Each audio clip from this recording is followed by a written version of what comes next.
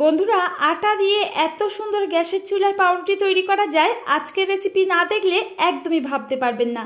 নমস্কার বন্ধুরা, আমার নতুন একটা রেসিপিতে সবাইকে আবারও স্বাগত জানিয়ে শুরু করছি আমার আজকের রেসিপি। আজকে তৈরি করে দেখাবো একেবারে ঘরোয়া পদ্ধতিতে সামান্য কয়েকটা উপকরণ দিয়ে গ্যাসের চুলায় নরম স্পঞ্জি এরকম পাউরুটি রেসিপি। এতটাই সহজে রেসিপিটি তৈরি করা হয়েছে যে কেউ বানাতে পারবেন। তো কোনো রকম কেক মোল্ড কিংবা পাউরুটির মোল্ড ছাড়াই আপনারা তৈরি করে নিতে পারবেন কিভাবে, চলুন আজকে রেসিপিটি দেখে নেওয়া যাক। প্রথমে এর জন্য আমাদের একটা ডো তৈরি করতে হবে। আমি এখানে 1 কাপ নিয়ে নিয়েছি ঈষদুষ্ণ গরম দুধ, তার মধ্যে 2 টেবিল স্পুন মতো চিনি অ্যাড করে দিচ্ছি। মিষ্টির পরিমাণটা আপনারা স্বাদ মতো দিয়ে দিতে পারেন। দিয়ে দিলাম 1 টিস্পুন মতো ড্রাই ইস্ট। এবার সমস্ত কিছু ভালো করে মিশিয়ে নিচ্ছি। এখন এটাকে মেশানোর পর এর মধ্যে আমি যে কাপ মেপে দুধ নিয়েছি ঠিক একই কাপ মেপে 2 কাপ এখানে আটা দিয়ে দিচ্ছি। আজকের রেসিপিটি সম্পূর্ণ আটা দিয়ে তৈরি করছি, আপনারা যদি চান ময়দা দিয়েও করতে পারবেন। একটু স্বাদ মতো লবণ দিয়ে দিলাম আর একটুখানি ভ্যানিলা এসেন্স দিয়ে দিচ্ছি। অনেকের কাছে ইস্টের গন্ধটা ভালো লাগে না, তাই এখানে ভ্যানিলা এসেন্স দিয়ে দিতে পারেন, এতে করে ইস্টের গন্ধ একেবারেই লাগবে না। তো দেখুন, এবার সমস্ত উপকরণ দিয়ে ভালো করে আটাটাকে আমাদের মেখে নিতে হবে। আমি এখন হাত দিয়ে এই ডোটাকে তৈরি করে নেব। এর মধ্যে আমি দিয়ে দিচ্ছি 2 টেবিল স্পুন মতো রিফাইন্ড অয়েল। এখানে আপনারা যদি চান গলানো বাটারের ব্যবহারও করতে পারবেন। এবার খুবই ভালো করে একটা সফট ডো আমাদের তৈরি করে নিতে হবে। এখানে 1 কাপ দুধের জন্য 2 কাপ আমি এখানে আটা ব্যবহার করেছি। তো দেখুন বন্ধুরা, এটাকে খুব সুন্দর করে মেখে নিয়েছি আর খুবই সফট হয়েছে।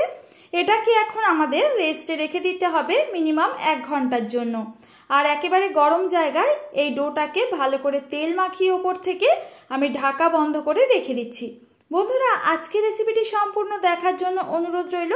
এতটাই সহজে এই রেসিপিটি তৈরি করা যায় যে কেউ কিন্তু বানাতে পারবেন একবার দেখলে। তো দেখুন বন্ধুরা, এটাকে রেস্টে রাখার পর 1 ঘন্টা পর ফেরত আসলাম।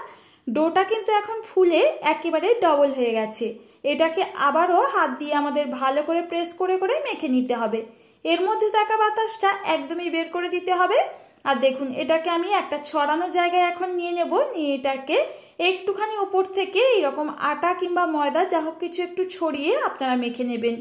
এই আটার ডোটা যতটা টাইম নিয়ে মাখা হবে ততই সফট হবে আর স্পঞ্জি হবে আমাদের এই ব্রেডগুলো।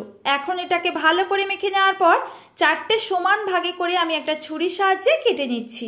এখানে আপনারা ছোট কিংবা বড় করে নিতে পারেন রুটির ডোগুলোকে। তো দেখুন বন্ধুরা, একটা করে ডো এখান থেকে নিয়ে নেব।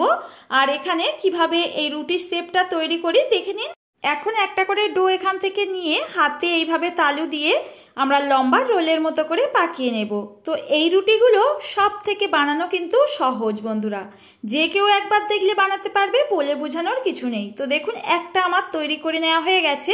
এখানে আবারও কিন্তু একইভাবে একটাকে তৈরি করে দেখিয়ে দিচ্ছি। বন্ধুরা, আজকে তো মনে করাতেই ভুলে গেছি, রেসিপিটি যদি আপনাদের কাছে ভালো লাগে অবশ্যই একটা লাইক করবেন আর কমেন্ট করে রেসিপির মতামত জানাতে একদমই ভুলবেন না। নতুন বন্ধুরা কেউ এসে থাকলে অনুরোধ করছি চ্যানেলটিকে সাবস্ক্রাইব করে নেওয়ার জন্য। পাশে থাকা নোটিফিকেশন বেলটা অন করতে ভুলবেন না কিন্তু। একই সাথে অনুরোধ রইল রেসিপিটি সবার কাছে শেয়ার করে পৌঁছে দেওয়ার জন্য। তো দেখুন বন্ধুরা, কথা বলতে বলতে আপনাদের সঙ্গে আমার এই ব্রেডগুলো কিন্তু তৈরি করে নেওয়া হয়ে গেছে। এখন এই ব্রেডগুলোকে মোল্ডের মধ্যে দিয়ে দিতে হবে। আমি এখানে কোনো রকম কেক টিন কিংবা পাউরুটির মোল্ড ছাড়াই আজকে তৈরি করব, তাই এই রকম 1 টাইম ইউজের যে বেকারি মোল্ডগুলো থাকে সেগুলো নিয়ে নিয়েছি। এখানে এই মোল্ডগুলোর মধ্যে একটুখানি সাদা তেল আমি ব্রাশের সাহায্যে লাগিয়ে নিচ্ছি, এতে করে পাউরুটিগুলো বেক করার পর মোল্ড আউট করতে সুবিধা হবে। তো বন্ধুরা, আপনাদের হাতের কাছে যদি কোনো রকম কেক মোল্ড কিংবা পাউরুটির মোল্ড না থাকে, এইভাবে কিন্তু 1 টাইম ইউজের এই মোল্ডগুলো ব্যবহার করে দেখতে পারেন। তো এগুলো কিন্তু আপনারা যে কোনো দশকর্মার দোকানে খোঁজ করলে পেয়ে যাবেন। তো বন্ধুরা, এখানে সমস্ত মোল্ডগুলোর গায়ে আমার তেল ভালো করে লাগিয়ে নেওয়া হয়ে গেছে।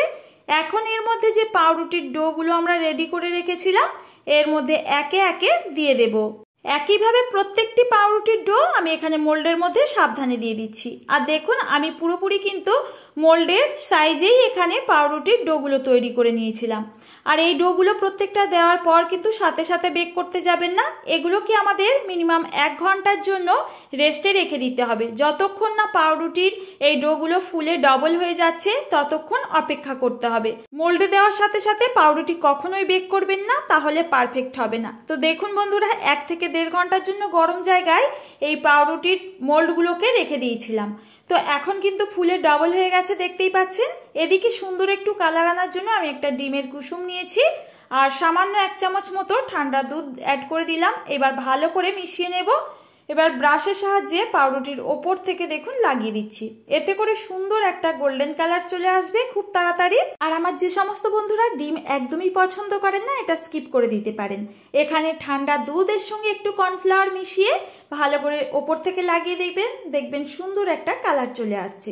তো দেখুন বন্ধুরা, ব্রাশের সাহায্যে হালকা হাতে কিন্তু ওপর থেকে লাগাতে হবে।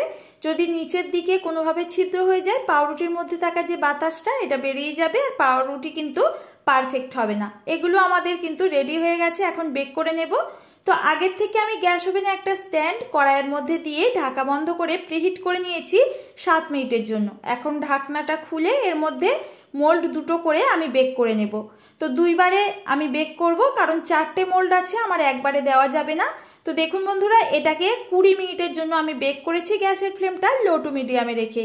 একদমই সুন্দর একটা গোল্ডেন কালার চলে এসেছে, এটাকে নামিয়ে নিয়েছি। আর একইভাবে এর মধ্যে আরও 2টো এইরকম পাউরুটির মোল্ড দিয়ে দিলাম। ঢাকা বন্ধ করে এটাকেও একই সময় ধরে বেক করে নেব। ফিরে আসলাম 20 মিনিট পর। দেখুন সুন্দরভাবে কিন্তু হালকা গোল্ডেন কালার এর মধ্যে চলে এসেছে। এখন এগুলো ঠান্ডা হয়ে গেছে, আমি নামিয়ে পুরোপুরি ঠান্ডা করে নেওয়ার পর আপনাদের দেখিয়ে দিচ্ছি। দেখুন বন্ধুরা, কত সুন্দরভাবে পাউরুটিগুলো তৈরি হয়েছে। ঘরেতেই আপনারা কিন্তু খুব সহজে এই রেসিপিটি ট্রাই করে দেখতে পারেন। কোনো রকম মোল্ড ছাড়া আপনারা এইভাবেও বানিয়ে নিতে পারেন এই পাউরুটিগুলো। দেখুন কতটা জালিদার আর স্পঞ্জি হয়েছে বন্ধুরা। একইভাবে আমি প্রত্যেকটা পাউরুটি মোল্ড থেকে তুলে নিয়েছি আর এখানে সার্ভ করে দিচ্ছি। এইভাবে বাড়িতে এই পাউরুটিগুলো তৈরি করে ডিম টোস্ট হিসাবেও ব্যবহার করতে পারেন, কিংবা বাটারের সঙ্গে সেঁকে পরিবেশন করুন সকালের ব্রেকফাস্টে। দারুণ খেতে হয় বন্ধুরা। বাচ্চাদের স্কুল টিফিনে এই রকম ব্রেড যদি বানিয়ে দেন, ওরাও ভীষণ খুশি হবে। তো আজকের রেসিপিটি কতটা স্পঞ্জি আর জালিদার হয়েছে একবার ভেঙে দেখিয়ে দিচ্ছি। দেখুন বন্ধুরা, একেবারে কিন্তু পারফেক্ট তৈরি হয়েছে। এইভাবে আপনারাও বাড়িতে ট্রাই করে দেখতে পারেন। আশা করছি আজকের রেসিপি খুব সহজেই আপনাদের সঙ্গে শেয়ার করতে পেরেছি। আজ আসি বন্ধুরা, দেখা হবে আবারও এরকম কোনো সহজ রেসিপি নিয়ে। ততক্ষণ সবাই ভালো থাকবেন, সুস্থ থাকবেন। ভিডিওটির সঙ্গে থাকার জন্য ধন্যবাদ।